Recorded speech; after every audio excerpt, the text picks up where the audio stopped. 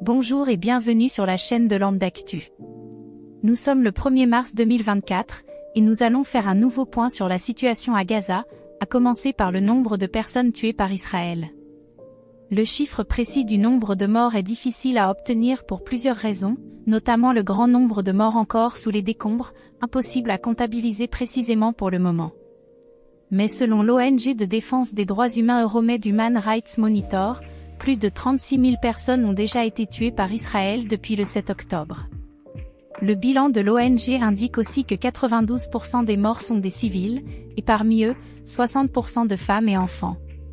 Ces chiffres sont aussi repris par le Pentagone. En effet, interrogé sur le sujet, le chef du Pentagone Lloyd Austin a affirmé qu'environ 25 000 femmes et enfants avaient été tués à Gaza.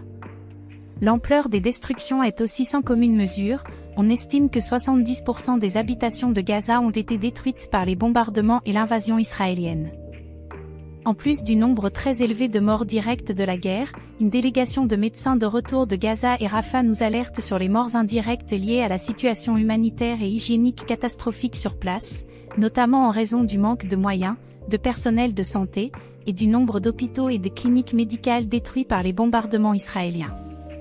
Le chirurgien et vice-président de l'association PalMed France, Nizar Badran, nous alerte tout particulièrement sur le nombre de personnes qui meurent indirectement à cause de cette guerre. Selon lui, s'ils étaient pris en compte, le nombre de morts serait 3 à 4 fois plus élevé que le bilan officiel du ministère de la Santé de Gaza. Je vous laisse écouter son témoignage. Des gens qui ne sont pas comptabilisés dans la guerre, mais ils sont morts quand même. C'est les maladies chroniques, l'hémodialyse, c'est les autres maladies chroniques, le diabète, etc., qui ne sont pas du tout prises en charge.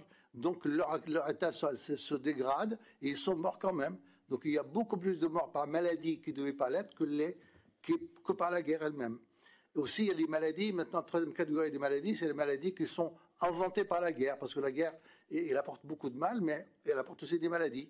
Et les maladies de la guerre, c'est la pauvreté, la promiscuité, la sous-alimentation, le problème des femmes qui accouchent, et les enfants qui rattrapent des maladies contagieuses, les bronchiolites, et il y a un taux de mortalité très important aussi parmi eux, dû simplement aux pathologies qui sont nées à cause de la guerre.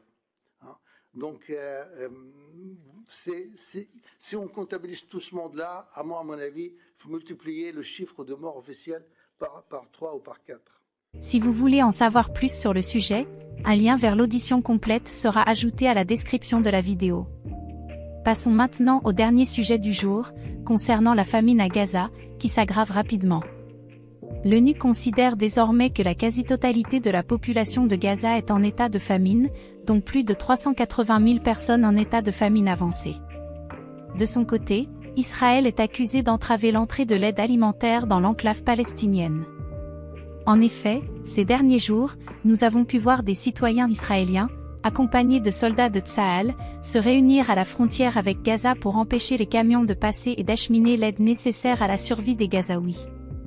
Certains camions sont aussi directement détruits par l'armée.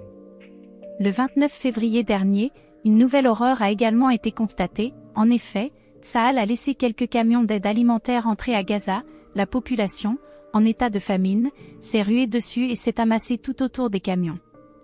L'armée israélienne en a profité pour ouvrir le feu et tirer dans la foule, faisant près de 110 morts et plus de 700 blessés. Cet acte cruel a été dénoncé par plusieurs pays et par la totalité des ONG présentes sur place. Nous rappelons ici que le fait d'entraver l'entrée de l'aide alimentaire à Gaza pourrait être directement considéré comme relevant de la volonté de génocide à l'encontre du peuple palestinien, selon les dernières ordonnances de la Cour internationale de justice. C'est tout pour aujourd'hui, merci d'avoir suivi cette émission. N'hésitez pas à vous abonner à la chaîne, vous pouvez aussi nous suivre sur X, ou encore sur TikTok pour plus d'actualités politiques françaises et internationales. Au revoir et à bientôt pour une prochaine émission.